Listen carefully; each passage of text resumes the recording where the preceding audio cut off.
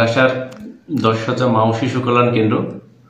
আমাদের এখানে হসপিটালের কার্যক্রম 5-6 বছর হয়েছে চালু হয়েছে, কিন্তু এখানে যে সমস্যাটা আমরা সম্মুখীন হচ্ছি যে রোগীরা নিয়মিত আসে, এখানে আমাদের মেডিকেল অফিসারের ঘাটতি আছে।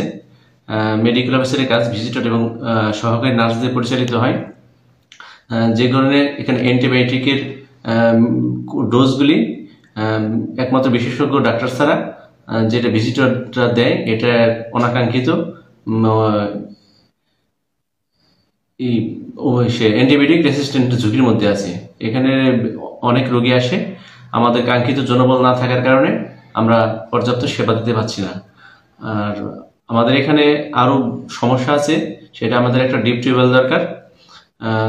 এখানে যে লবণাক্ত পানি, এখানে অনেক আর্সেনিকোসিসের সম্ভাবনা থাকে। এই পানি আমরা কোনো মতেই ব্যবহার করতে পারছি না। ভালো হয়েছে।